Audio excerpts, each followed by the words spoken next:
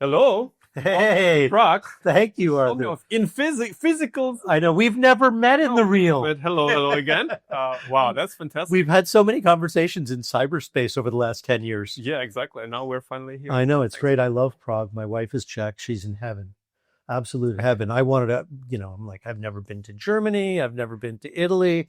It's like, no, we're spending the whole time in the Czech Republic. So I can't blame her. It's so, oh man, I love the food. I love Prague. So it's great to be here.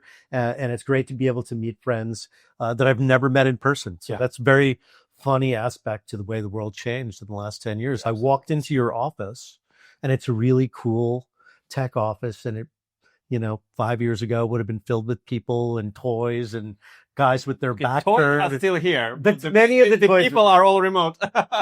Arthur has a shocking collection, a collection that would rival Ori Inbar's of VR and also MR headsets.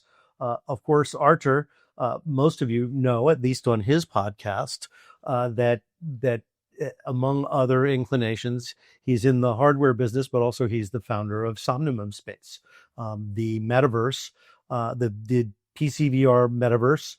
Where many people set up shop and do commerce and anything you want to do in Web3. Yeah, avatars. But the big business now is the VR1 Somnium headset. You're wearing it. Oh yeah, that's true. You'll get this T-shirt too. Oh, excellent. I was going to admire it, but I didn't want to angle too hard into the T-shirt. Nice. So you just tried it. Maybe tell how did you feel? I had the same feeling I had whenever I put on these headsets that are like 3K per eye, 4K per eye, because at first you're dizzy. Right, it's better than human eye your resolution. So your brain. At first, I'm like, well, can I move around in here? And it very quickly also the 3D part of it works on your brain way more quickly. Right, there's no suspension of disbelief. You don't see any pixels. Yep. That the first experience like that high resolution experience I had was with your partner Xtal, and this is 2017, I think. Yep. And I put on their headset. It was so heavy, it had to be cantilevered. So there was a weight and a cable on top to keep, because it weighed like 10 pounds. That's like heavier than your head. Yep. So I'm wearing it. But after a few minutes, you kind of forget about that. And the cable was like, this thick. I'm holding my hand like a substantial cable. Yeah. But I walked around a room. It was a little room scale experience. And I could read the titles on the spines of books. Yep. And so, reaching out for the books and trying to pull them off the shelf. Then they showed me a BMW experience they created for, I guess, BMW design. And it is so detailed. You can read, even the little branding that's on a lot of the dials. And then I was sitting down in a chair and I kept trying to open the door so I could get out. Now, of course, that was only for a second, but my brain was so convinced that I was sitting in a car. So I had that exact same experience using your headset. And I thought, wow, this is super light. And probably at this point, a small percentage of the cost of that headset in 2017. Yeah, of course. Our headset ranges from $3,000, let's say, to $4,000, depending on the variant you go. So what you tried is the full variant, translucent edition, which you can see. I know, that was cool looking. Yeah. So we don't sell it anymore because it was a limited edition, but customers bought it. Thank you for doing that. And this is the full variant. So you have mixed reality, hand tracking, and eye tracking built in. But some people just buy VR1s just with the eye tracking because they don't need mixed reality. They don't use it anywhere. And then it's even lighter. Then the visuals are still the same, but they just get an eye tracking. So, it's a beautiful headset. Feels really good. Thank you. I gather you're selling a lot. I like it. It's built in Czech Republic. I know. Physically built in. I know. That's not easy. Would have been a lot easier. Yeah, the only company in the world who's building consumer headsets in Europe. Yeah, it would have been because it's so much cheaper and easier to ship them overseas, although you're doing small quantities, right? Smaller, yes, but we're growing. So, and your customers are developers?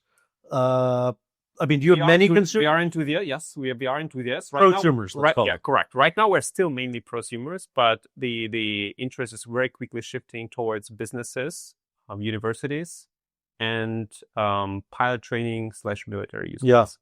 Yeah. We have a lot of inquiries and a lot of customers Right. already testing and implementing the headsets into their pipelines because the mixed reality capabilities, the quality of visuals, it's up there on the top. And real simulators are just, with motion bases. Yeah, are absolutely. crazy. That's what prosumers are using it for mainly. Racing simulators and flight simulators. Yes, those DCS, Microsoft. Have you used a racing simulator? Oh, I'm using it. My kids love it too. Oh my God, racing simulator is what you don't realize playing handheld games is how freaking hard it is. Yeah, exactly. I mean, you have to touch the wheel like you're touching a feather, man. Yeah. No wonder. And I guess during the pandemic, they had professionals using those simulators and they were racing each other. Oh yeah. My kids are 9 and 12, and I'm trying to use so I use VR1 plus the Euro Truck Simulator. I mean, it's funny, but because it has a really good simulation of roads and normal cars and stuff like that. Sure. So I teach them how to drive, and I show them in VR. So they're in VR driving this truck. I have the wheel at home and stuff. And I'm saying like, okay, this you have to turn right. You have to let this guy. You do see the signs. I'm literally like teaching them how to drive using the VR1 and Euro Truck Simulator. And how well do your kids speak English? They do quite well. So we were with my wife's relatives last night. She has lots of cousins here, and the cousins who are, our age, speak English okay because they learned it for work, but after, the 90s. Whereas all the kids, I'm like, wow, they must be really good at school. And Jane's cousin goes, it's video games. Yeah, movies and video games. Yeah. It says like English is the universal language of video games. It's true. People learn from playing Fortnite. Very true. Even though I'm not the biggest fan of Fortnite, but it's true. Well, this is an interesting question because it brings us back to Somnium Space, right? Because in terms of what is the metaverse and who is the metaverse, my take, I'd love to hear what you think of this, but my take is like games kind of won, like Fortnite, Roblox, even like Grand Theft Auto and World of Warcraft and Call of Duty are their own virtual worlds. Now they're closed systems. They're not what Matthew Ball and others have hypothesized, which would be all those places connected together. There will be in one place. I don't know what the benefit would be anyway, but okay, maybe they'll tell you. Okay. Yeah, okay, well that's good. That's a good segue. Go. No, so when I speak about metaverse on any conference, or if I'm being asked what the metaverse is, I always say the metaverse has to have at least 3 pillars to be able to be called a metaverse. Now, pillar number 1, in my opinion, I'm an old school guy, it has to be immersive. And when I say immersive, it needs to be VR. Oh, you need to be VR. So you're going down the old Zuckerberg perception. No, Zuckerberg was actually after we started to do that. He came with his old branding. Let me be clear on the fair. Props for that. I just want to say why I say it needs to be immersive. Whether it's XR or VR, like mixed reality or full VR, your brain needs to believe that whatever you're seeing is real, and you need to be fully immersed in that place or experience. Okay? Yes, some people can say that you can be immersed in Fortnite 2D game on monitor, but it's never, VR. It's not even near of what you can experience. It is not. It is actually not an experience. Exactly. It's a game experience. Exactly. It's not a immersive. Exactly. So that's pillar number 1. So it has to be immersive. Number 2, it has to be persistent, meaning that if you change something in the game, example, you are in city center in Somnium, you are on top of the building, you went up with an elevator, and then you look at the mountain, which is 5 miles away. You see the top of the mountain. If you have a good headset and someone with a bright avatar is on the top of that mountain, you will see that person. You will see the dot, something is happening, but it's real time. If the person affects something in the metaverse, you see the effect of that person. So in other words, if I went and carved my name in the door of that elevator, when I came back the next day, it would still be there. Correct. That's the ideal scenario of how the metaverse should be. Now, it's not new concept. The concept of this was basically invented in 1999 by Richard Garriott in Ultima Online, where it's a 2D experience, but it was a persistent 2D experience. So whatever I did in that game, and that's had a huge world, was real time transmitted to all the players. So if I come to that location, I saw that. Now that is very important because our life is persistent. Mhm. We are used to persistent Sure. stuff. And of course, if you do something, it needs to affect other people and other Right. people's. We accept in video game worlds that they reset. Correct. But it shouldn't be like that. Especially if we come to the pillar. So you're saying in Call of Duty, once we attack a building and blow the thing up, it remains Yeah, blown but up. Call of Duty, that's why Call of Duty is not a metaverse. You see, Right. it's a game.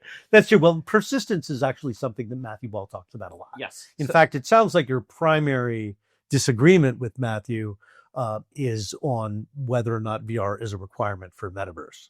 I think being immersive is a requirement. Well, again, I mean, so there is a difference of opinion. Could be mixed reality. Like Yeah. if you, But you know, you could take a person who is into Fortnite and is on a relatively big screen leading into it and say, well, between suspension of disbelief and actually the percentage of the field of view that the game is It's not taking about up, field of it's view. immersive. it's no, it's. I mean, I play, games. No, I know. I'm being a bit of a devil's It's- yeah, absolutely. advocate Listen, because it's- their position, if we had Matthew here or anybody from Epic Games Yep. would say, well, it is immersive. You know, people suspend their disbelief. No, it's okay, but it's again, it's if you take the same person and you give them a headset and put them in Half-Life Alyx, Right. they would freak out. Right, because the suspension of disbelief is the requirement of it is not the same. Exactly. Yeah. It will be 100x or 200x. So there are two pillars, and now the third pillar is very important. It needs to be decentralized. And I just gave a talk in Ethereum Prague conference, and why I'm saying this right now, as you just said, all the experiences are boxed, they are walled gardened, and they're closed. The user itself, the person, is not in control of anything in those games, meaning they don't own their profiles, they don't own anything they bought or earned throughout the years. Right. It's all in the service of that company. Right. There's no, the only proof is that the company is showing them in their account that it's there. Sure. And they cannot transact, they cannot control or take it with them if they want to. They cannot leave the platform because everything is that platform. Why is the problem? The problem is not that you cannot have fun on a centralized way. You can. The problem is if you want to call something a metaverse, the metaverse is a long-term thing. I played Ultima Online for 10 years, okay? In meanwhile, it happened to me 3 times that they banned my account for different reasons, various reasons. They did a mistake, they banned my account, I lost everything after 2 years of play. I had to start over again, then they banned again because the server was reconnected, whatever. So that is bad because if you want to, if my kids start playing, I'm surprised that you started over after they did that to you. Yeah, I started over a different server, but again, it's Yeah. I like the game, but the point is, if I had the capabilities of taking all my money which I earned in that Ultima Online, that server, or in starting over again, but keep my money, that is fantastic already. But if you really want to build a metaverse for another 30, 40 years, because that's how I look at metaverse, it's a place where you could reside for 40 years, all your life, ideally. You need to be able to always control your money, your experience, and your belongings. If you buy something, Excuse me. it's true. Bless you. But if you buy something digitally, it has to you the same or even higher value sometimes than the physical things. I care about my wearables of my avatars and Somnium, to be honest, more than whatever I wear in real life, because that's where I spend my time, that's where I have my friends, and that's where I party with them on the parties, right? So that's my social experience. And I don't want, in a case of me buying something from you, I don't want Somnium at some point going crazy and saying like, okay, now I want your money and you'll get nothing. Mm-hmm. Why would I, as Somnium Space, or why would as a user accept that? And that's the biggest point. For the platforms, there is a negative incentive to do that. Why? Because, and I can tell you from the first experience, it's very hard to build a sustainable community where people have zero barrier to leave your platform and they don't lose anything. Because they can come and go and they can stay. Many stay, but many also go. If they don't like something, they can just take all their money and they can leave. They can their all stuff. They can sell on any marketplace in the world all their belongings to other users and they can leave. Right. Well, the reason they put up with it is because of the scale of the platform. Sure, but if you think about it, I mean, that's the price of the scale. Yeah, if you're getting something for free, generally you are the product. You would sell Right. your Well, that's product. that old saying, right? If you're not paying for a product or service, you are the product. It's exactly that. Yeah. The problem is the consequences. Many people don't understand the consequences. The kids who are today being embedded into the Meta, Quest ecosystem, right? They don't think about it today, with where their all accounts are, where their friends are. But what happens in 10 years if Meta decides to discontinue Quest or they decide to ban you? You lose everything. What you've experienced for the past 10 years. It's a very painful experience. Many people can tell. If you play the games like this and you lost something like World of Warcraft, suddenly you lose, or Fortnite, whatever. It's a painful experience. You're betting your attention towards those platforms. You give them your attention. You give them your creativity. Sometimes you create something and you don't own it. You have zero, So for me, there are many more pillars, but these three, if this is kind of there, then you can start calling something a metaverse. Again, immersive, in my opinion, has to be immersive, decentralized, and persistent.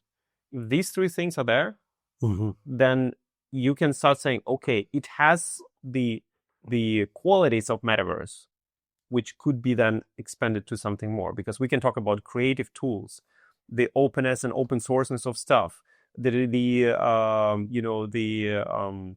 interoperability capabilities, and all of those things are true. But in marketing, these three are the key factors. So you have a cryptocurrency. Yeah, we have a utility token on blockchain, which people use to buy and sell stuff. And what is the value of the utility token? It changes. It changes depending on the demand of users, how they exchange this. We don't control it. It's fully decentralized. We don't even have control of that currency anymore. It's completely decentralized currency. Or it's complete decent. So there's a finite amount of it. It's a finite amount of it. It's known to everyone. It's visible on chain. It's a utility token which is out there, and we cannot issue more, and we cannot control it. We cannot take it away from you. It's out there. So if you and I exchange, what is the crypto called? It's Somnium Space cubes.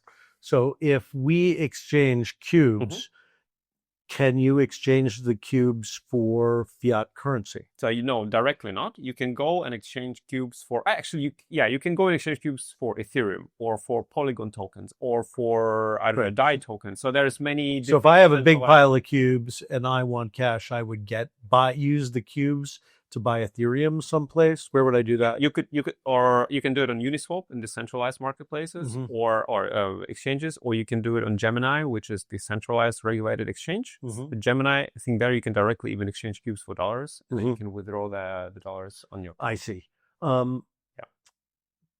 When you launched, that's a pretty sophisticated user that would be able to do that. That's why we're working on the fiat payments via Stripe as well. So Oh, right. You mentioned that in June, actually. It is June now. Yeah. So at the end of the month, you'll be able to connect your credit card to your account. That is cool. And then you're able to pay. The pandemic was great for VR. We had. It wasn't quite ready at the beginning, but by the time 2022 rolled around, it was a great way to be present with people if you had to be a part. Absolutely. And I have to say, I spent so much time in VR. I probably spent 30 or 40 hours a week in VR during the pandemic. And, I teach VR. Yeah. And I spend, I'm going to say, a couple of hours a month on average in VR. Okay. So it's so much less. Yep. Of course, if a new pandemic started tomorrow, we'd all be a lot better prepared, and the technology would be there. Yep. Right. There'd probably all of a sudden all these headsets that are selling for, cheap on eBay would suddenly acquire tremendous value. Yeah, absolutely. Honestly, during pandemic, being in VR was the holy grail, because you can meet with friends. Yeah. You can have fantastic experiences like discos and, art discussions and all of this stuff, or just even. In fact, it was during the pandemic that I was on your podcast, although I guess it was the Somnium Chat VR. Yeah, it was. We're in Somnium. I remember the studio was in one of our parcels. Yes. And we built the studio there, and we were. Yeah, it was fun. There was like a dozen people there, and you also interviewed my podcast co-host Ted. Yeah. Shilowitz. Yeah. So we had, I mean, Shout out to Ted Shilowitz if he's listening to Ted, this. yes. Ted is a great guy. I love him. We should do it in VR one day as well. Yeah, Should do yeah. this. Ted and I did we fooled around a lot. We met in Golf Plus. We played Walkabout Mini Golf. Nice. We met up in VR chat. Because in a way we were kind of like kids killing time. Yeah, of course. And you want the social interaction. Yeah, it was great. But again, in fact, I see Ted more that way than I see him in real life. You see, and let us get back 2 steps. Meeting person in VR, it's much more immersive than looking at him via Zoom. Well, 100%, especially if you can do a thing. Yeah, especially if you can be doing a thing. Yeah. So that goes back to like, what can we actually call a metaverse? Can the normal game be a metaverse? In my opinion, no, it's not immersive enough. No, it needs to be, your brain needs to believe. You need to be there. You need to be immersed in that experience. I'm not saying you need to wear a Tesla suit or something. It helps, but it's something, additional, let's call it like this. So here's an interesting topic that I've been talking about a lot related to mixed. Well, first of all, I think the killer app for VR, in my opinion, is training and simulation. So it's really, really great. I agree. And there is no substitute for it.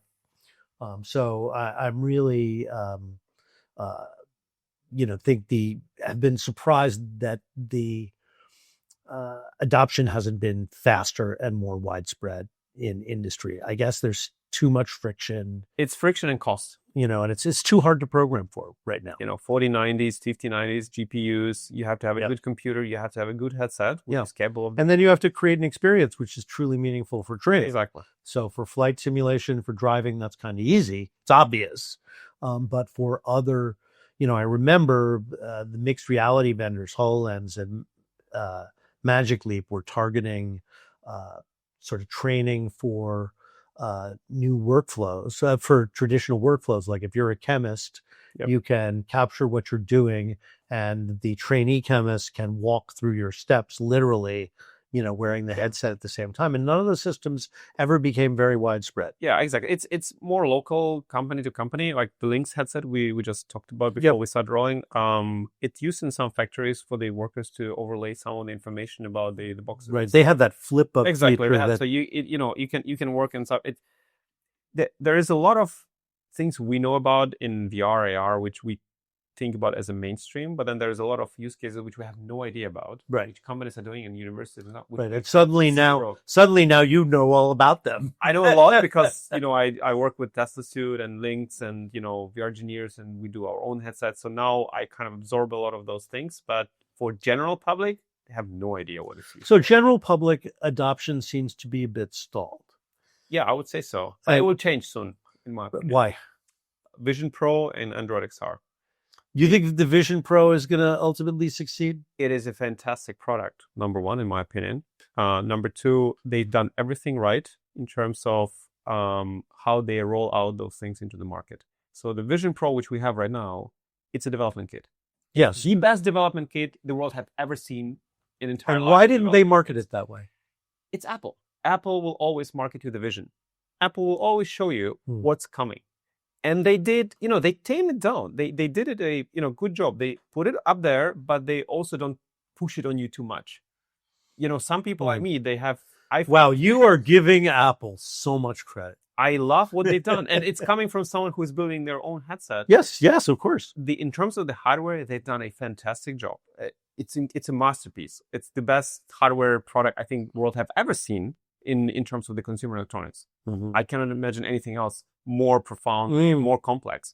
But in terms of I'm actually making a video. I'm preparing a video. It takes me too much time, but I'm talking about the basis of the ecosystem and software. Now, we just look at the old Mac I have on the table there, 9085. Oh yeah. If you look at the Mac OS, the basic of this has not changed since then. It's the same today. The Mac we're recording with, it has the same operating system, the same logic, the same stuff. The same happens with Vision OS. They've designed Vision OS, the way how we operate, looking with eyes, clicking with hands, and the way how Vision OS is built will last for another 50 to 60 years. And all the devices, look what Android XR is doing. They're copying Vision OS. They work with Windows, looking and pinching and doing this. That's exactly that. The Windows copied Mac in terms of the user interface and stuff. So what I'm trying to say is Apple has laid a foundation for the next generation devices and next generation operating system. People don't understand how profound that is. And the next generation devices which are coming, whether it's glasses with small monitor or smaller Vision Pro with, fully see-through cameras and stuff, will all be building on top of this foundation. And I use Vision Pro every day.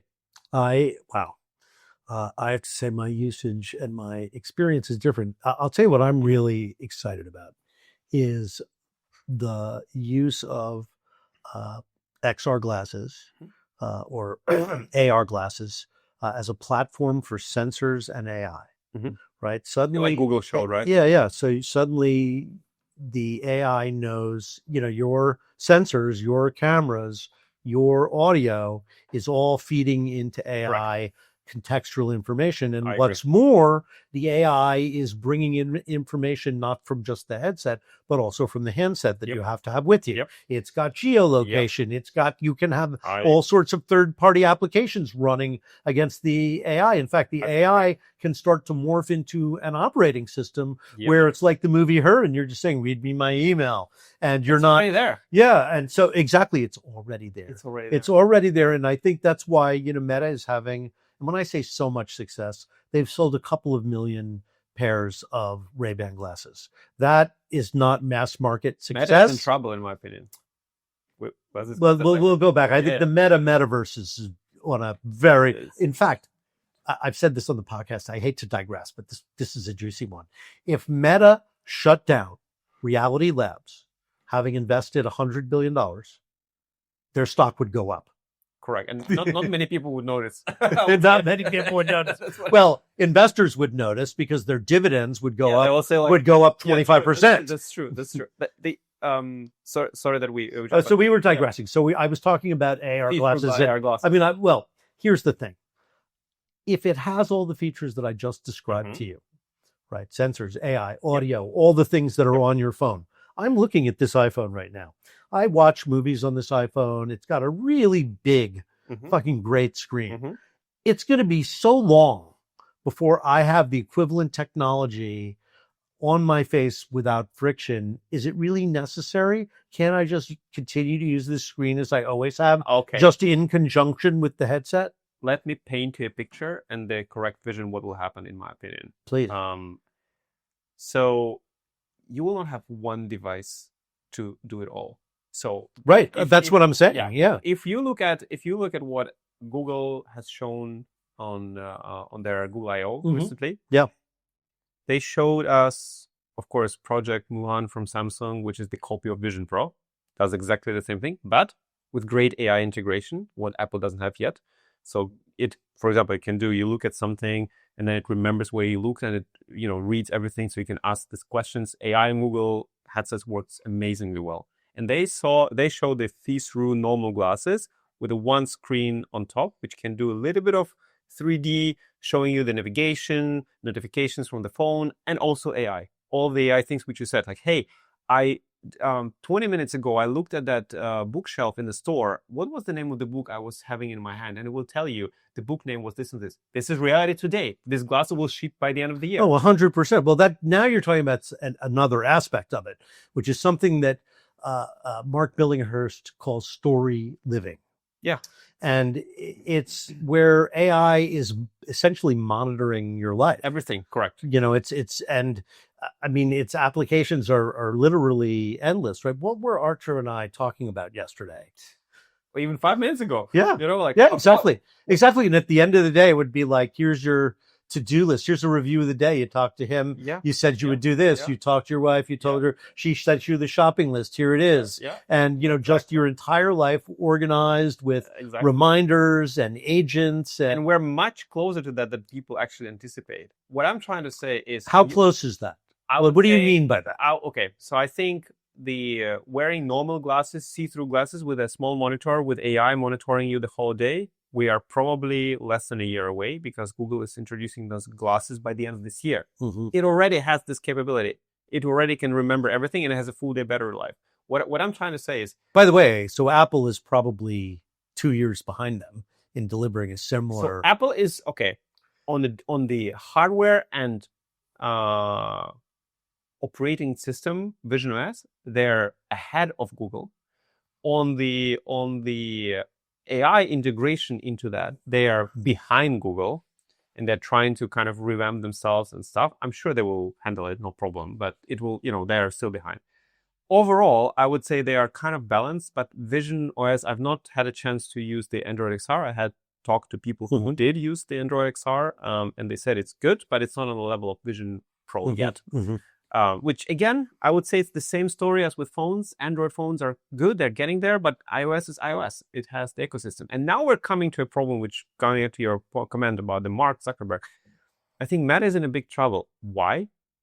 Because look at what happened. They spent $100 billion, and the best what they can come up with right now is the Quest, which sells a couple million units, 10, 15, 20 million units.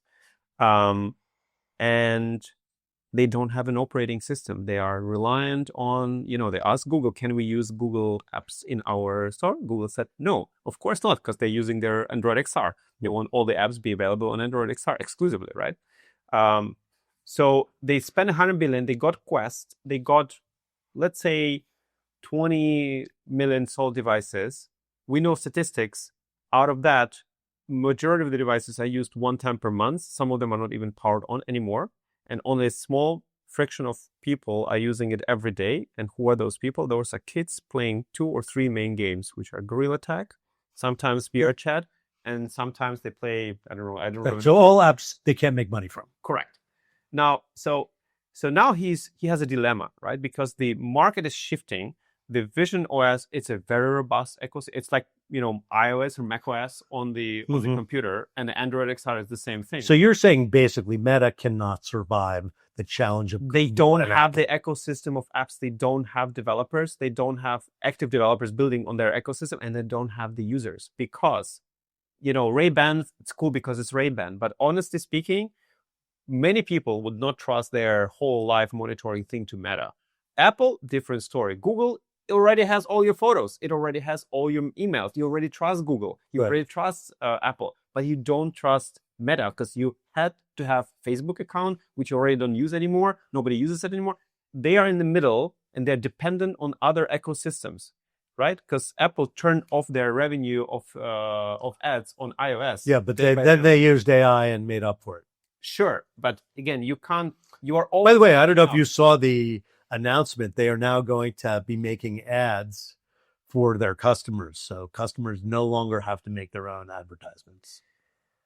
I'm not sure how this will go. Again, I'm very skeptical of where Meta is right now, because Meta is basically, they have to write off the 100 billion because they can't capitalize more. Right. Well, they've already set up the shutdown of Horizon Worlds. And also the Quest. I don't believe there will be any more Quests. You think they'll shift completely to AR? I'm sure they will. They have to. Because Quest sales are not growing. They're declining. Right. Based on the report. Do you think they could spin it off? I just think that attention span of Mark Zuckerberg is so shifty that they will just write it off and they will consider the next thing they want to concentrate on, whether it's see-through glasses with AI agents or whatever. But I just don't think Quest will see a huge upgrade, and the operating system of the Horizon, how they call it right now, they rename it 5 times already. So they call it Horizon operating system right now. Even if you look at the UI, you can clearly see. I mean, I know how UI is built because we're building UI for Somnium or for VR. If you look at the UI, it's not consistent. If you look at the Vision OS UI, you can see that there is like a brick foundation. It's there, and they build it to last for 50 years. That you will be using the same logic of operating the spatial operating systems as they use in Vision Pro 1, you will be using in Vision Pro 10. It will be the same. It will not, I guarantee it will not change. It will become better and more useful, but the foundation will be the same. And that is the sign of a good operating system. And that is also the sign that Apple has planned it for, they already have plans for the next 5 versions of Vision Pros.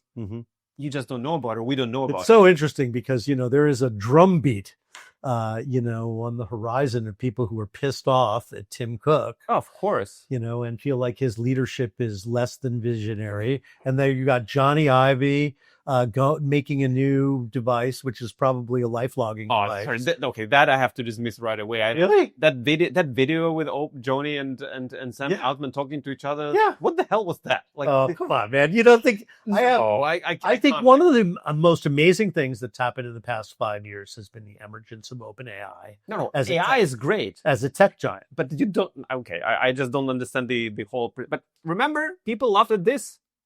This Yeah. was the laughable Yeah. talk of all the people who use Android or who use different. By the way, phones. you saw the movie Her, right? Of course, everybody yeah, has. yeah. So that little device, like this little lapel pin that I'm wearing, was, that was the next generation. That was in that movie. That was what comes after the smartphone. We shall see. We shall see, because I still believe that the visual cues and visual. So I'm more of a vision of you have imagine a Vision Pro 3 times lighter, still with a see-through stuff, but you can overlay the digital layer on top of the physical world. When Vision Pro came out, I said to my friends, Aside from like playing a game. No. Imagine this situation where I said to my friends, Vision Pro came out, and I said, guys, in 5 or whatever years will be, going out and looking at Prague city center without having the digital overlay on top of it will feel empty. Because you will be missing so much more information, and not like those crazy LinkedIn ads, idiotic things that everywhere is ad or something like that. No. The information you want to see. For example, I will say, hey, Siri, sorry that I just woke up everyone. I will say, show me the nearest restaurants with 5 stars. And it will show me not on the phone, it will show me on those buildings. Mhm. And there will be 5-star restaurant, Italian cuisine. I will say, okay, navigate me to the closest one. Or we are in a conference, I will see the name tag above you. But I mean, can't all that be done in audio? No, you can't. I'm sorry, you still have your smartphone with you. Can't you some use point you audio and this screen together? At some point you won't. The smartphones are at their pinnacle. The way how smartphones are won't change much for the future. You might power your glasses from the smartphone, which I would say the very logical thing. Instead of having a puck, you can power the lighter glasses from your smartphone and get all the information. But again, if you want to get a visual cue and overlay, I'm at a conference. I have zero clue who those people are. I take the glasses on. Well, the name tags. I mean, I hope that would be. I mean, I always thought that idea was a killer app for LinkedIn. Right? You're at a conference, and like anybody Yeah, but LinkedIn anybody just have an app on a Vision OS. Yeah. That's it. Yeah, but there's a big privacy issue with that. But you will allow it or not. Right, you will allow it, especially if you're at a conference. Of course. Right, you're at a conference where you want to be recognized. Yeah, you are in control. Right. And you will control what information do you want people to see. Today in iOS, you can also connect to phones and they will exchange information. We allow it because we want to connect it with each other, right? So this is, in my opinion, the future of visual is a big part. Audio is an interim step. Because right now, even Google already showed, hey, you can have a one small screen. And Meta is coming up with the same glasses with one screen where you can see some information, some notifications. But the problem is Meta has to ask the control and access to the data on your phone. Google doesn't need to ask. It already has all your data. It can show you all notifications. iOS can show you all notifications. That's the biggest difference. Because Google will not give Mark Zuckerberg any information for free, nor iOS will do. Why would they? Right. There's no incentive for them. They will build their own products. And that's the biggest risk for Meta, in my opinion, right now. The Quest is kind of declining, and the glasses, the alternative is not there for operating. Right. The Meta, I mean, if the developers are any proxy, Meta is, as you said, in trouble. Exactly. Because the independent developers, the developers who aren't in the top 20, are having a very hard time. Not only money-wise, but they're also having a hard time to use development tools because they're not updated correctly. Some SDKs are broken. Some callbacks which have in their SDKs are not updated. That is the real pain when you build. So they're costing you a lot of time and money. Exactly. So instead, they would just go to Android XR or Vision OS, and everything is there.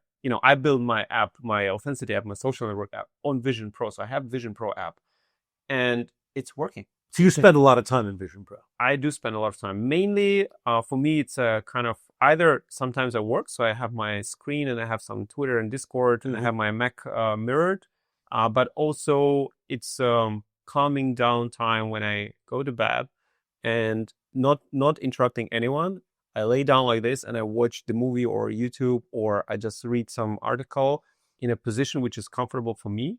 Nobody's hearing because I'm hearing my AirPods. I'm not stuff, and it's a fantastic device for spatial videos or reading and stuff. So I do use it every day.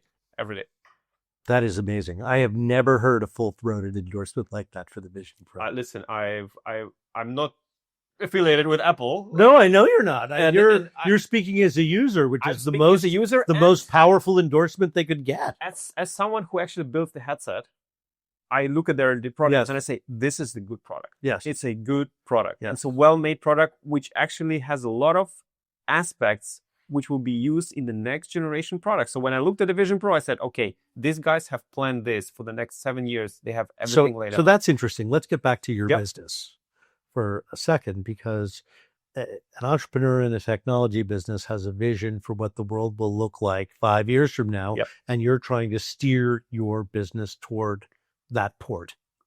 Slightly different one than Apple. So my, we're not trying to, in Somnium Space Metaverse, let's say, we are realistically, I'm not trying to have 1 million concurrent users or something like that. But there'll always be an amount of people which is constantly growing. It's very slow, as you said, but it's growing, which will want to come back home in the evening, take off all their devices and stuff, and put the full immersion glasses and immerse themselves with the full body tracking, with everything inside the full immersive world. And that's where Somnium comes in, because it allows you to do things, to have crazy parties or experiences, which you will never be able to do in real life. Mm-hmm.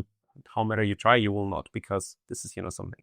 So that's number one. Number two, we're building a platform for people who are fantastic digital creators and they want to monetize and make money on what they're actually loving to do, meaning building avatars, building worlds. So this is where the platform, it's kind of a mix of, I would say, Ready Player One, Snow Crash, and The Labyrinth of Reflections. It's not a book from a Russian author. He's a sci-fi. It's a fantastic VR book. And it's a mix of all those three things. And I don't think people will spend in Somnium 10 hours a day. No. But they will spend the most amazing hours a day in the most amazing experiences they can ever. So let's talk about some of the, gosh, there's so much to talk about. I'm interviewing you the whole time. The only way this is different from my podcast is I don't have Ted, I don't have Roni, and I'm not looking at the screen. I'm looking at you. I never interview anybody not looking at a screen. So I don't know what the experience of this is. What was I going to say? Okay. So I wanted to ask you about a couple of other of the metaverses, just to get your opinion. We talked about the game metaverses. Okay. I'm very honest. I'm more open guy. I'm open the game metaverses. We've talked about Meta Horizons, which they've already said is a dead man walking. I mean, now they're trying to make it into some lame version of Roblox, and if it doesn't become that really quickly, they're going to kill it. They should have bought Rec Room, and that's. I don't know why they didn't. That makes no sense. I said that at the time. Yeah. Anyway. Anyway, water under the bridge, so to speak. When you get to be a big company like Meta, you really think you can do it all. I remember in the 90s when I worked at AOL and we thought we were the internet. Right. We were like, why don't we control the banking business? Yeah. No. Because not. For God's sake, it's the stupidest idea I ever heard. I thought it was stupid at the time. Anyway, so then there's there's so many of these little metaverses out there, like Sandbox, Bored Ape Yacht Club. Oh, on. Really? They raised $400 million. Okay, one second. For that segment, do you have a token? Do you have a Bored Ape? For that segment, I need to wear this because now we're getting a shovel could fall on you. I don't own token of Bored Ape. I would never own a token of Bored Ape. I said I will buy one when it costs $10. I'll buy one. They're not there yet. Because I'll buy one and I'll burn it in the video. Are they really going to build something? If they didn't build so far, I don't believe they would ever build anything. But wait, there was $100 million and the result is zero? Like, what the hell? Do you think they stole the money?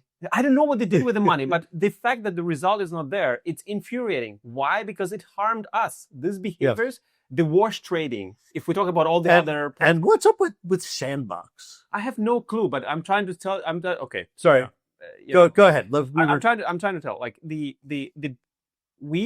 started to do blockchain technology inside the metaverse before it was called NFTs. Like we were one of the first to do that, and we do it for the tech, not for the hype. Because when we were doing it and we were tokenizing, me and Philip Rosedale, 2000, Jesus Christ. Right, well, Philip was doing high fidelity then. Yes, but when we got met with him, and when we got to know each other, and we started talking, and we both believe, and maybe he's not believing anymore, but I believe still in a decentralized future. Oh, he very much does. Yeah. Exactly. So what we did with Philip is we created with him, we called it that way, Virtual Reality Blockchain Alliance. Before anyone knew what the blockchain is, and to be honest, not many people knew what virtual reality is. And what we did is we created our own chain as a test chain between Somnium and High Fidelity, and we ran the nodes just to see if we can do the interoperability correctly. Okay, 2017, if I recall correctly. We kept building. Then Ethereum started to gain kind of traction in terms of development tools, and we switched to Ethereum because we thought, okay, this is a good layer to build on top of. There's a lot of building tools, and it actually works really well, and it's very decentralized. So these are the things we were looking for. So we tokenized all the things in Somnium Space in a game, and that's how we started. And we never failed to deliver the vision. We said, we will do this. You'll be able to buy avatars. You'll be able to do this. You'll be able to do it in VR. Now you can do, native transactions. And we're using the money which we're getting from the transactions which people are doing inside the game to fund our development. We are doing it exactly the same way today. Okay. All the other companies who then came, when the hype came in, then all the other companies with the bad and good intentions came in and started to raise crazy amounts of money because they were spending crazy amounts of marketing. Instead of showing you the real product, they were showing you the CGI trailers. And they were throwing those trailers and saying, like, that's how it will be. Give us the money. And then some people like Bored Ape with some crazy, dirty techniques to raise crazy amount of money, paid celebrities and stuff like that to learn money from the customers and build nothing. And then what happened? The customers got pissed, rightfully so. But then they threw all people who build on blockchain into the same category, scam. Mm-hmm. So now, if we sometimes deal with the fact that we come to creators and we say, hey guys, come build on the platform. We have this tools, Unity SDK, blah, blah, blah, blah. They say, oh, use blockchain. I don't want to deal with that. And I'm like, guys, we've been one of the original ones. We're still building a lot of cool stuff. No, but they heard somewhere that Bored Ape or whoever it is, whether it's decentralized, they didn't deliver on something, and then suddenly they are pissed. Rightfully so. But we are also damaged. So the hype of blockchain has done so much damage for this technology, because the technology is fantastic. Mm-hmm. It's a fantastic technology for free speech, for metaverse, to control your own transactions, right? It's a fantastic technology. But it got really, really badly damaged by, let's call, bad actors, whether on purpose, with a lot of like this, or not on purpose. And that's unfortunate. So coming back to your question, no, I don't own any Bored Ape Yacht Club NFTs. And really not. And then there also is Decentraland. You brought that up. Yeah, it's, again, let's say like this. It works somehow. There's something. You can at least log in.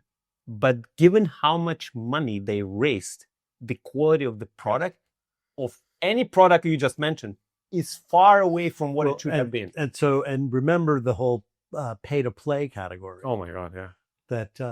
That has said they scammed a whole ton of money out of a lot of people. It's unfortunate. It's to me, it's unfortunate. I've been the voice of a lot of blockchain people who were bad actors or good, they hate me for that in the blockchain community, because I was always open about this and very vocal about this. Mm-hmm, mm-hmm. I was saying like, this dismissed. People asking, what do you think about that game? There was like one space game on Solana or something, and some big investors were asking me like, what do you think we're playing? And I said, guys, like, if I look at just what they promote, it's just CGI on top of CGI on top. Like, be careful. Yeah, I don't know how so many credible companies and people ended up paying companies like $7. I just don't understand it. And again, with all the respect to some people who really work hard, I guess, in the communities and stuff, but for me, it's all about dignity and all about the transparency. If you promise something to the customer and you promise a product, you better deliver that product, okay? And yes, if it means that you will earn less, then so be it. Like this is the, how can you not deliver? And if you raise $400 million, Jesus Christ, how much you can build. If I get a $400 million, I'll bring you the world, in terms of capabilities. We'll make more features, we'll make more headsets, more variants, all this kind. But yeah, I don't get it. I'm very angry. I'm very passionately angry about that, unfortunately. Yeah. But it's okay. We're battling our way through this crowd knowledge. Well, there are some companies out there like Blue Sky trying to bring back the reputation of Web3. Sure. I mean, again, ourselves included, we are building and we are proving with the hardware releases, with delivering to people real products, real services. People realize like, the blockchain is actually doesn't mean that it's automatically bad. But yes, of course, I should say to people, if you see someone trying to sell you something with NFTs and you see a shiny trailer, be careful. Yeah, NFTs were really a huge landmine. Yeah. So many people were buying them. I was shocked. Yes, but with no reason. Yeah. Where's the use case? It was just internet hype, I guess. But so much money was lost to that hype, and so much people. Yeah, isn't that what happens, right? And there were true believers trying to explain it, and so many conferences around it, and so many kind of shady characters. Yeah, we won't be needing that. We're not driving up a truck full of bullshit. Yeah, exactly. So we try to continue build all the features. We are, we revamped Somnium. We call it Somnium 3.0. So finally, we have the fully native ability to come. So I come in VR. You're wearing a cool hat. I click on your hat. If it's on sale, I can buy it right away from VR. The backend is on blockchain, but you as a user, you don't feel it. You buy it, it's in your wallet, done in real time. Again, between me and you, and Somnium cannot stop this transaction. Right, and that is in my crypto wallet. Correct. Same wallet I keep my Bitcoin in. MetaMask, for example, you can connect your MetaMask wallet to Somnium account. Yep. Done. That moment, or for example, we have a tip jar. And you deploy, if you have your wallet connected, you can deploy tip jar. If you're a musician, and people are doing it already in Somnium, you're playing the guitar, you're singing, and people tip in real time, and you can see it, and the transaction is happening in real time. And they're just putting in Cube. Yeah, Cube. But soon also dollars via Stripe. Right. So you have a choice. Yeah. If you want to go full decentralization or partly. Yeah. Incredible. Yeah, that's my belief in how VR should be. People can transact with each other and stuff. Yeah, we will see, and we'll see if Meta is still in the game. I think with the amount of money they have, they are, because they can they can burn a lot of money still, so they can still play around. The only question is how long will it last, and can they catch up on some foundational vision? Because right now the foundation of Facebook is gone. Yeah, I mean it's incredible what has happened to that stock in the past 2.5 years when they were in the basement. And a lot of that is because of AI and speculation about AI. You also have the continued decline of the media business in favor of social media. So that's YouTube and TikTok and Instagram Reels sucking in a tremendous amount of attention. Yeah. And sort of, so that's the decline of the media business, in my opinion, just is going to open it up for automation, and companies like Google and Meta are going to end up owning some of the big media businesses. Meta is just too valuable. The problem with that business model is that it's highly volatile and change. So look at Meta. Meta has earned the most of its money not from the product they created, but the product they bought from Instagram. Yes, Instagram, WhatsApp, whatever. So now you're seeing why it's important to own a foundational layer. And foundational layer is operating systems, both hardware and software. Apple has it. Google has it. It's very hard to get into that game. Right.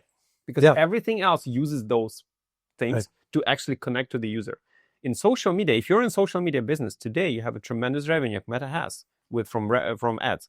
But then the trend changes. Something happens. Something will be different and then they'll either have to acquire someone who is a star, or they'll have to create themselves. And creating themselves, so far, the track record is not. But given, I mean, that we live in a world where the valuations of these big tech companies are so high that everybody has a price, right? Everybody thought they were crazy to pay $1 billion for Instagram. Instagram. or WhatsApp. I don't know, the $18 billion Yeah, for 18 WhatsApp. WhatsApp. Yeah. And in both cases, I think if you spun off those companies, Oh, it was fantastic investment. Yeah. Fantastic investment. Yeah, and they haven't fucked it up. Yeah, but right now I think the also the time has changed. Right now, for Meta to buy a company, much more complex. Also, regulations come in, and I mean, yes and no. I mean, I'm sure Meta hasn't bought enough Trump coin yet. When they buy enough Trump coin, they'll have a lot more latitude. Probably, but even from the founder's perspective, if there is a hot startup, there will be more competition right now battling for that company. Yeah. The Apple is there, Google is there, companies are looking at, there's a lot of investors. Yeah. Regarding OpenAI, the product is good. I use it all the time. I also use Manus AI and DeepSeek as well. Quite good as well. DeepSeek, fantastic for free. I've actually started using Perplexity Pro. Never used that. Perplexity Pro is quite good, and it sort of made me a little less in love with ChatGPT, which has some very, very weird quirks lately. Yeah. Their recent update to make it more engaging has made it rather a bad writer and obsequious, to say the least. Yeah. Do you know Manus AI? I use Meta AI. Yeah. No, not Meta AI. Manus AI. Manus AI. No. This is the Asian Chinese AI. Manus. And you're running that on the web or off of on the web. So I'll show you. Like I'm sitting. So this is manus.ai. Yeah. Manus.im. Oh, manus.im. Yeah. So I'm sitting with Charlie Fink, and we are recording a podcast. Search the web and find the podcast about VR. Wait, the podcast about VR. Search the web and find me find me 10 pictures of Charlie so that I can use them for a thumbnail of this video. Also generate me 5 variants of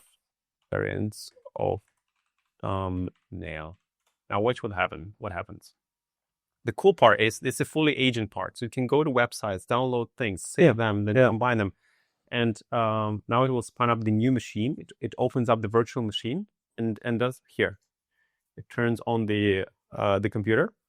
And it does a lot of things in the browser, and it downloads stuff. And boom, here you go. It already opened the browser, and it does that. And those are all the pictures of me on the web for the past 10 years. See, it now searches for next pictures and again. Yeah, taking a lot of them from YouTube. Yeah, whatever. I don't need to care basically. But now it's spawned another machine with Ubuntu.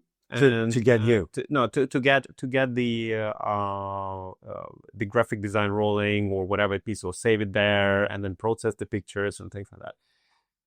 This is just the version 1 of what will happen in the next year. Like the progress is incredible.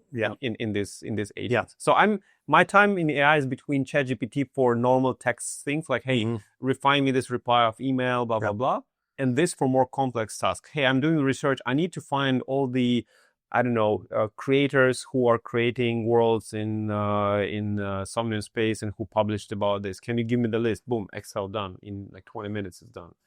So this is, we'll see what the result is, especially in terms of generating. I'm sure it will save pictures and you'll have tons of your pictures now. But the result of generating the good thumbnail, it could be tricky. But yeah, I hear you. Yeah, I'm spending a lot of time on AI now, and especially generative AI. Yeah. And the ability of AI to create videos. VO3 from Google. We don't have it in Europe still. GDPR, I hate it. Yeah, VO3 is quite impressive. Oh, look at that. That made a really cute. Oh, wow. I'm wearing it. It just brought up an image. We'll show it. Yeah. We'll bring that in line of me wearing the Magic Leap 1. That's actually not bad. That's a picture that Alan Smithson took at I'm trying to remember. It's he took it at an event in Canada. I can't even remember what. There were so many VR events. Before the pandemic. Yep. So that was one of them. That was in Vancouver. Look how clean cut it is. I mean, it looks just like me. I mean, that's the No, picture. but what I mean how they cut it in and put it on the, because the VR Yeah, no, podcast they did a little treatment on the graphics. Yeah. I mean, it's nice. They've got me, they drew a VR headset on there too. Yeah. It's got a nice little sort of halftone background. Oh, look, here's another one. I asked for 5, right? Yeah, So that's the fat Charlie. But the metaverse talk is nice. Yeah. Look how it did the. It's like I can use this as a thumbnail, like easily. Of course you would. Yeah, easily. So, and I did nothing right now. I did to search pictures. No, this is quite extraordinary. Yeah. So I use Manus. And Manus is free. No, Manus is paid. So they have some free credits. I think it used to be invite only. I'm pretty sure it's still invite only. And I can give you the invite code. You can try it. Right. Great. But this is the one I pay for, and ChatGPT is the other one I pay for. The rest I use as a free. I mean, Google I have included in my phone because I bought the Pixel, and they include 1 year of Gemini. Yeah. So I use Gemini sometimes as a quick. I don't think Gemini or Grok are that good. Gemini is actually pretty impressive, but the user interface somehow is. I just feel like Gemini is so weighted down by fake guardrails that that doesn't quite look like me, but he's a handsome enough a little bit of Photoshop. Listen, this is virtual reality insights. Nice. Okay, we'll show all those pictures in the edit because this is fun. There's an app that just came out called Glance. Mm-hmm. And Glance is a lock screen app. So we used to have, screensaver apps that would deliver like the news. Yeah. And I don't know if you remember those from the 90s. I do. So now they're doing that with phones. So they announced a deal with Samsung to put it on 50. That. Oh, there's another one. That's another old fat Charlie picture. VR expert. So, well, in VR, nobody knows you're a dog. So it's a lock screen app. You take a selfie, and it starts delivering onto your lock screen photos of you in exotic places, looking great in new clothes. Oh my God! It's impressive and depressive in the same time. And so, first of all, it takes for me, it took off 20 pounds and 20 years. So I look great. Okay, exactly. Forget about it. I could be naked. I look great. Yeah. I love the way I look. And then they add to it all of the fancy clothes that are perfectly tailored, right? That fit perfectly. Yeah. And if I like them, I can save them or I can buy them right there. Okay, nice. And they have 400 different brands. Oh, wow. So they start to get to know what you click on, what you save. And I imagine it's going to be quite irresistible to a lot of people. No, I'm sure. It's a great idea. Absolutely. And a great use of generative AI. I think Google just killed that startup partly because Google has the same app within the Gemini where you can try closing in real time. And because Google has the backend of sales and their marketplace, that's where Google come in. Or maybe they will buy them. Who knows? Yeah, it's possible. They're actually backed by Google and Jio. They're an Indian company. Okay. Yeah. And also, by the way, the cool part with this is you can create a website and you can deploy the website by its own. So you can say, deploy me this test website, and it will deploy, and you can access and test it, and it's all there. You can delete it to make it private, or you can deploy the website, and it will be there. That is impressive. All done within 5 minutes. Okay. I use it for rapid prototyping all the time. Like how would design? Hey, go to somniumspace.com, make the mobile version of it. I think I did at some point. We have a Somnium VR1 store, and I said, give me one pager website, mobile friendly for Somnium VR1, and it did a fantastic job. I was like, what? It almost looks better than what we did. 5 minutes. Incredible. Like, oh my God. So this is impressive. Do you think we're headed toward mass unemployment due to AI? No, I think it will. I'm more on a camp where I think it's the same with every time people are adaptive. We will adapt. It will close some doors, but it will open many other doors. It will create more opportunities. Yeah. I hope so. I hope so. Feel a transition, but the transition will not be we're going from 100 drivers to 0 drivers. Well, I mean, I like this because, of course, there's widespread panic. No, that goes along with political and economic changes. So it's people are always panicking, but they're always panicking about everything. We are people. Right. We're panicking about everything. Yeah. Oh my God! Tomorrow we invent the nuclear or this and that. We're panicking. In the end of the day, it benefits the humanity quite a bit. So I think it's inevitable. So what's funny? entrepreneurs are optimists. We have to be, otherwise I would be dead. Honestly, I would be crazy already. But I think. Well, what do you think? Is this a good time to wrap up our I chat? think we could. Yeah. This was a great podcast. Good I luck really getting appreciate for it. Yeah, let's go eat some spichkova. Yes. All right. All right. See you. Bye, everybody. Bye.